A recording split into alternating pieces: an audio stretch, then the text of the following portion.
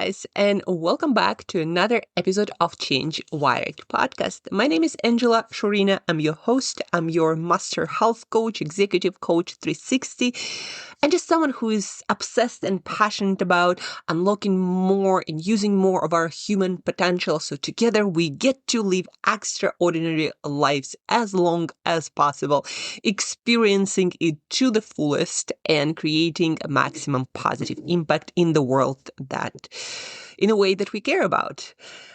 Guys, in general, I am a huge fan, proponent, and trying to do my best to popularize this idea of long-termism. Thinking not just about today and here and now, what we want to achieve, what we want to create, who we want to be, what we want to enjoy, but also about this fact that tomorrow, whether that's specifically tomorrow or a week from now, a month from now, a decade from now, you want to enjoy your life and the world around you just as much. And it would be really sad if you do a lot of things to enjoy today, but at the same time at the cost of good tomorrow. I share this with a client of mine, this idea of thinking about tomorrow when I'm making my choices today.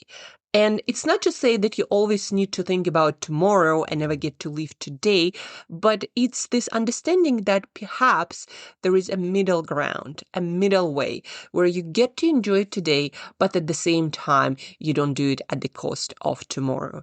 So, simple example, whenever it's evening, I'm tired and I want to just stay up, I don't know, watch Netflix, eat a bunch of chocolate or whatever, my mind craves at that moment. Whenever I think of doing that, I remind myself that I'm someone who truly enjoys waking up in the morning full of energy, feeling my absolute freaking best and getting after my day, whether that's enjoying it with friends or doing the work that I absolutely love, or just enjoying my workout first in the morning and waking up with my mind so fresh that I can start writing, which I do every day right away. No caffeine, nothing required. I can just sit and write and it's as clear as the clearest sky on the clearest day. That's what I truly enjoy. And yeah, some chocolate and Netflix might sound fun, kind of, but also very empty. And the next day you wake up and you're like, yeah, I feel like shit and I did not really enjoy it that much. That not to say that you can't enjoy chocolate a little bit. Every Friday night after my dinner, that's usually around 5 or 6 p.m., I enjoy cup of hot skinny chocolate and I feel totally fine with that. And if I feel like watching, 20 minutes of Star Trek or Friends, I do just that. And it doesn't feel like I'm stealing from my tomorrow or from today. It feels very nourishing and balanced. So that's the kind of ideal I want you to have, to enjoy your days today in a balanced, nourishing way. And then also investing into your future and not sacrificing the joy of your future self for what your present self wants to do or binge on or, whatever that desire craving is.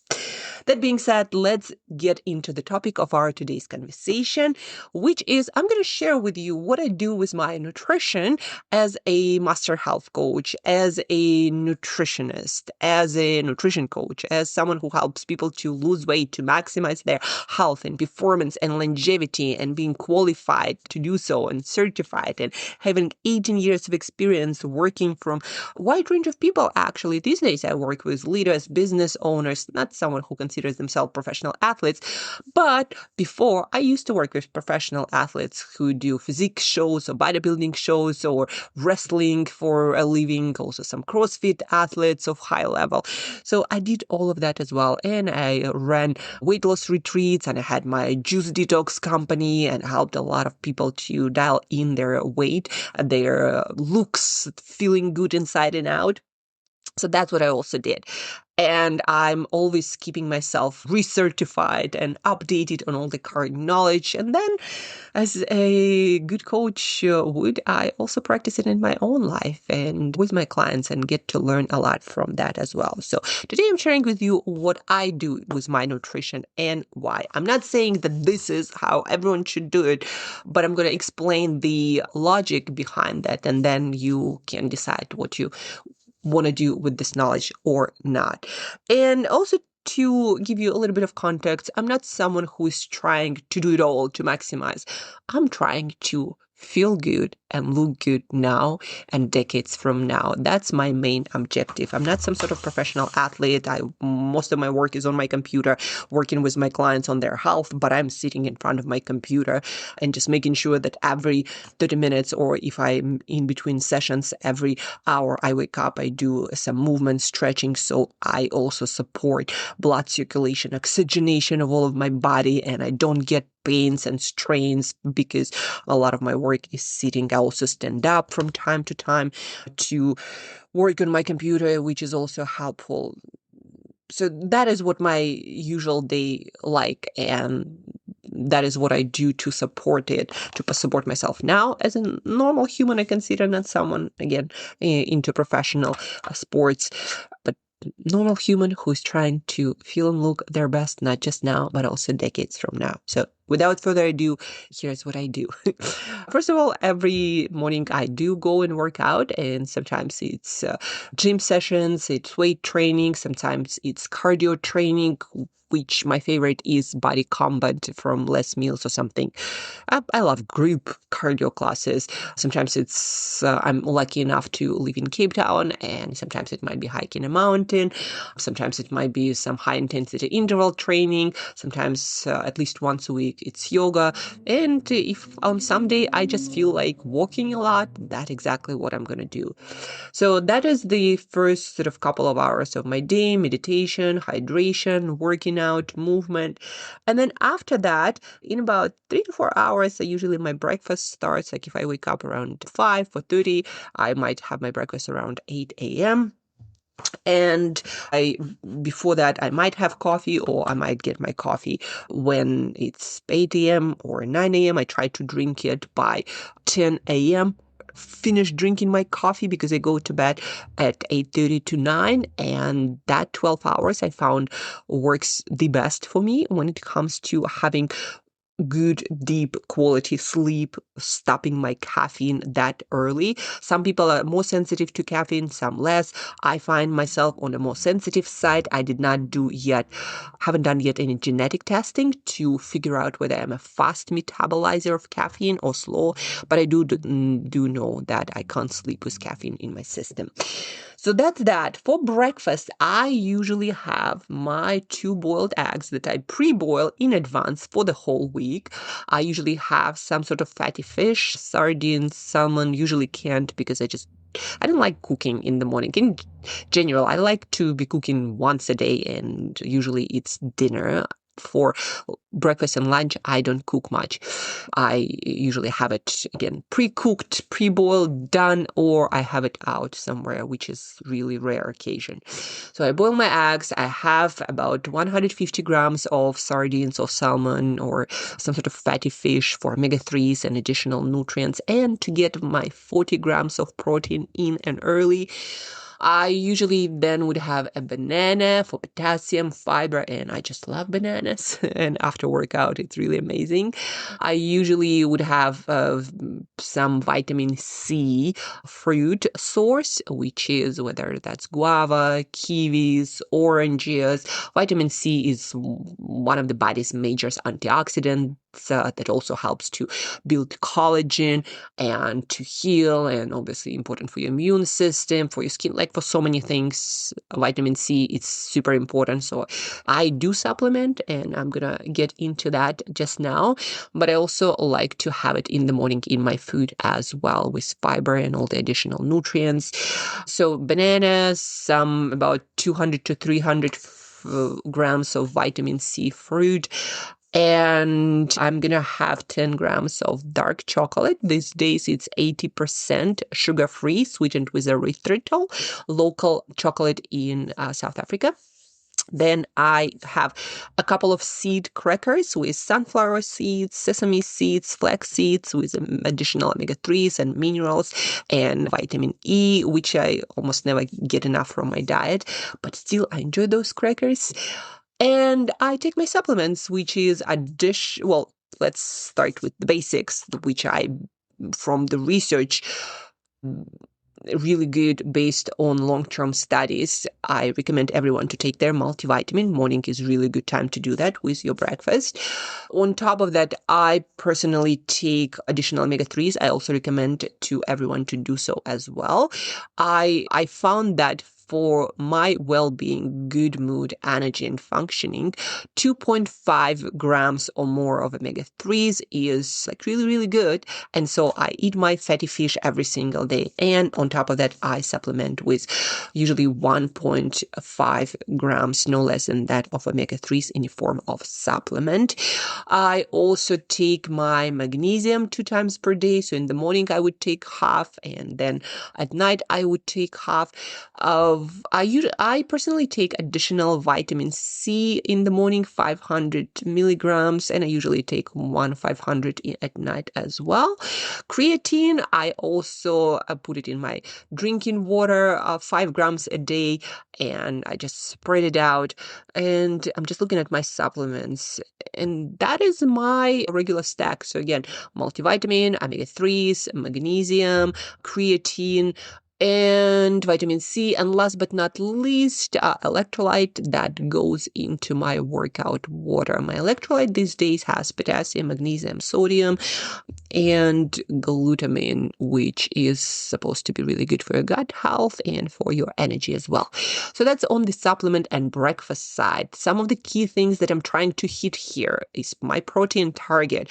The timing of the protein is important, not as important as amount total per day, but breakfast and dinner, that's where you want to maximize your protein due to protein synthesis and recovery processes overnight while you're sleeping. So your body has enough protein. And in the morning after the fast, and especially if you work out in the morning as well, you need that protein. Plus your digestion is the best in the morning and earlier in the day. And what else? And then if you eat enough protein for breakfast, you are less hungry during the day. It's just easier to resist all kinds of cravings, and your metabolism and also your focus.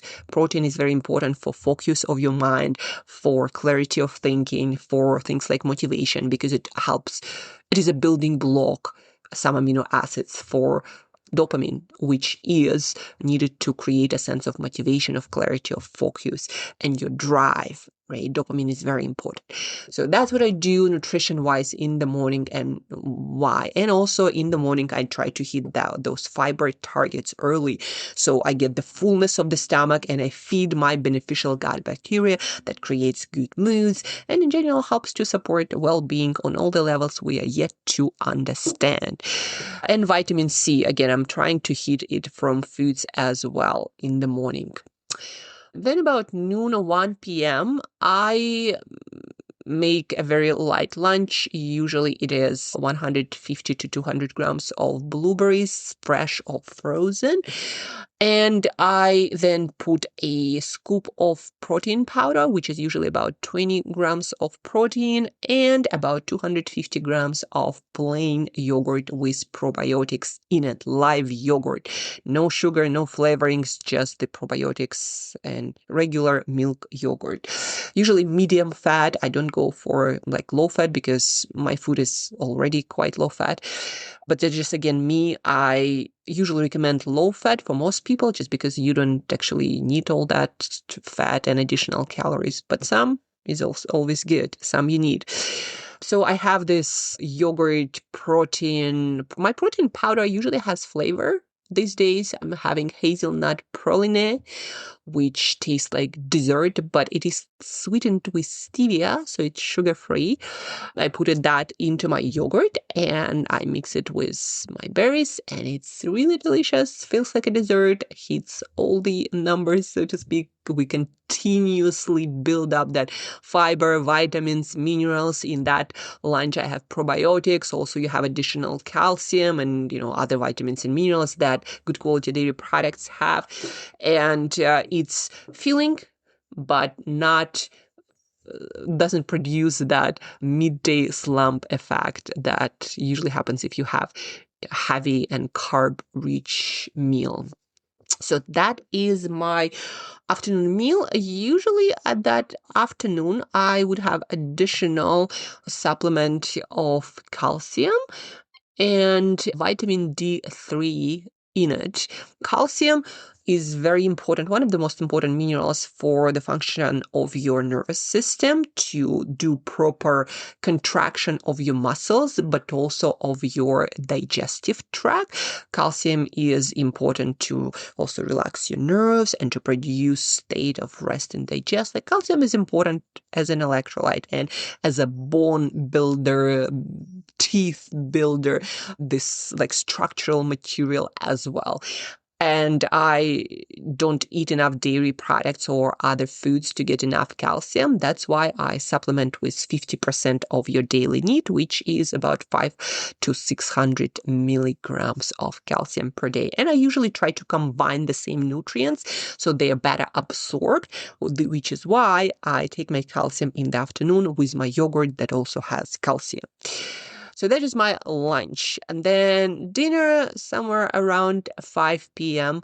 I'm an early riser, early go to bed person. So I also eat my dinner early. So I have 3 to 4 hours before my sleep time, which is very beneficial for good quality sleep. And in general, your digestion and your hormones like insulin, different digestive enzymes that are important for digestion are optimized when you eat early. And then again, it contributes to better sleep later on. So my dinner usually is about 200 to 250 grams of protein-rich food, which is fish, meat, some sort of beef means these days, usually a low fat to lean or extra lean, and then any sort of fish. If it's chicken, it's usually skinless, whether those thighs or chicken breast. Or from time to time, I eat, well, at least once a week, I eat things like chicken livers, which are in a category of organ meats that have a lot of nutrition. It's like nutrition powerhouse. So at least once a week, I make a nice dinner with that. Besides that, that is like the number I'm looking for. So I get additional 60 to 70 grams of protein in my dinner. When I say, 2 to 150 grams of protein-rich foods, that is actual food. When I say 60 to 70 grams of protein, that is protein as a nutrient. And an example, per 100 grams of chicken breast, you would get 30 grams of protein, actual nutrient, right? So I'm hitting about 200, 250 grams of protein-rich food. That is actual weight of the food. And then on top of that, about 4 to 600 grams of vegetables.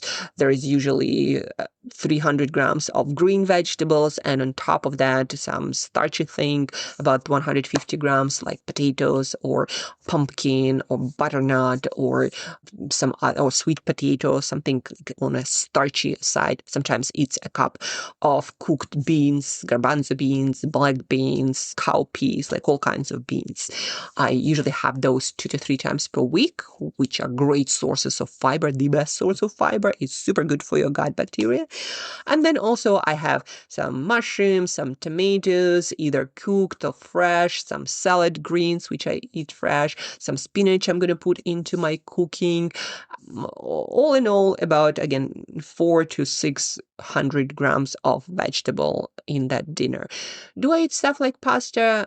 Rarely to never, just because my meal is already a lot and I'm super full, and I don't consider, like, in general, whole food vegetables even like potatoes and sweet potatoes, are a lot more nutrient dense and filling than pasta. That's why I don't eat pasta, because it's boring, flavorless, and it doesn't have that nutrition that I actually want to get more of in my body. Nor is it that filling as more like bigger, fuller vegetables. So for all of these reasons, I don't eat bread or pasta, just because, again, they don't have as much nutrient. I don't like them that much, and I'd rather eat my carbs in fruit and vegetable, which also seem to be more beneficial for your health, fiber and all of that stuff, and more nutrient dense.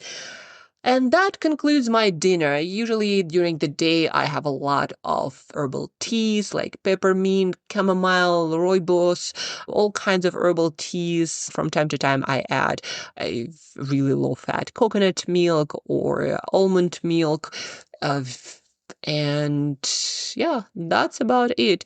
On occasion, I also have things like rice crackers when I feel like something crunchy and I want to have more carbohydrates without fruit and vegetables. I might have a cup of a skinny, sugar-free, but sweetened with erythritol or other like good sweeteners, would consider to be at least somewhat healthier and natural. I might have a cup of hot, skinny chocolate after my dinner, usually on Friday, like I deserved it, with some rice crackers, and that fills my cup. But then again, like once a week. From time to time, I also might get on a kick of eating a lot of nuts. Like I always say, it's me replenishing my vitamin E source that I don't get enough of. That usually might happen like a couple of times per month, where I can eat like 200 grams of usually almonds or macadamia nuts. So that's my nutrition. And somewhere 90 minutes before my bedtime, I take my magnesium, and I usually sip on chamomile tea through the night again. Might be with a little bit of coconut milk or just plain. I don't add sugars or honeys or anything like that into any of my food. Everything is sugar-free and as whole as possible, simply because it allows me to maintain the health, the vitality, the energy, and the body that I love. And it also doesn't cause any cravings, and I don't have to worry about like calories all that much. I barely ever count calories these days. And when I feel like I'm starting to lose weight, I just eat more nuts. And that makes it happen, or more of my yogurt protein stuff. But that's my day. And at night I take, well, I told you that I take magnesium about 90 minutes before bed, but also with my dinner, I do take the second part of my vitamin C pill, and that's about it. Unless I'm going through some specific protocol, that's what I do. I do take from time to time some nootropics like alpha GPC, or yeah, I think that's L-carnitine, also for brain energy, but not all of the time. That's it, guys. I hope that was insightful somewhat. What I'm trying to do with my nutrition, again, it's energy, ideal body weight, performance, and longevity. So I'm trying to hit all the numbers for essential nutrients like your proteins, your essential fats, your fiber. My fiber is usually 40 grams plus, between 40 to 50 per day from real foods, mostly fruit and vegetables, and if I eat beans, it's like extra fiber. So I'm trying to hit my protein target, my essential fatty acids, so omega-3s, but also like omega-6s in nuts and seeds and things like eggs and liver. Essential protein, the number for protein to shoot for if you are, especially if you train, if you're active and you are older adult who trying to build and maintain muscle, 1.8 to 2.2 grams of protein per kilogram of body weight. I get about 130, 150 grams total per day, which is between 2 to 3 grams of protein per kilogram of body weight. So those are the numbers that any AI can give to you. And then the only thing you have to figure out how to eat it in food and supplements. For me, it's again, eggs and fatty fish in the morning, yogurt and protein powder, 1 scoop in the middle of the day. And then at night, 2 to 250 grams of protein-rich foods. On the specifics of vegan and vegetarian diet, that's where you have to figure out your numbers differently. It's still very much possible, but then you need to be more careful about how you design your meals and supplementation. That's it for today, guys. Again, hopefully it's gave you an idea of what balanced nutrition can look like based on current research in health and nutrition and longevity. On the side of supplements, what I recommend to every one of my clients to get and stick with is good multivitamin. It doesn't have to be that good, but it has to be with all the essential nutrients in it, because not all multivitamins have them. The second thing is omega-3s in sufficient amounts, 2 grams plus, not just any will do. Again, dose makes the difference. The third thing is magnesium, 400 milligrams or so of active magnesium in your supplement per day. And then last but not least, just make sure that you're getting enough calcium and vitamin D.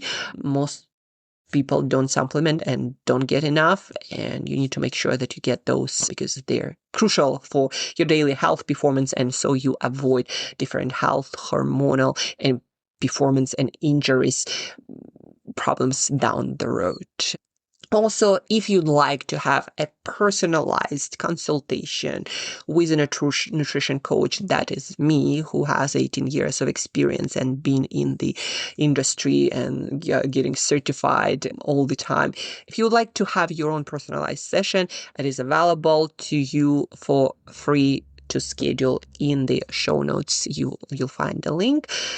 And that's it, guys. Nutrition is what you're made of, and that's the foundation of your good health and performance right now and decades from now, when you also want to run around and experience life and do crazy stuff. But it's a sad situation when you can't, because you didn't look at what you eat early enough.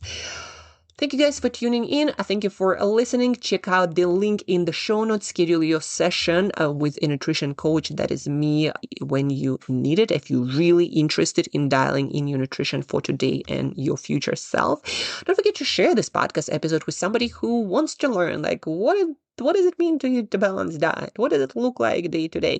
Here is a good example. I'm very good at sampling stuff, right? Like, here's a really good structure to follow. In whichever way you follow it, that's up to you how you make it happen.